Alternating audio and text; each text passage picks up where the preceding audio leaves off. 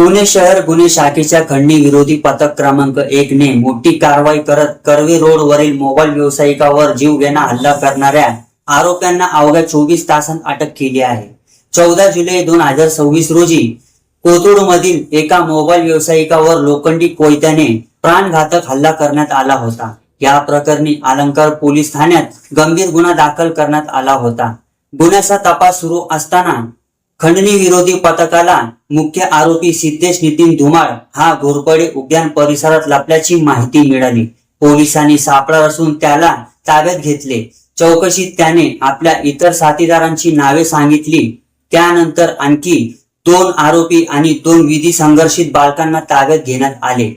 तपासादरम्यान धक्कादायक माहिती समोर आली।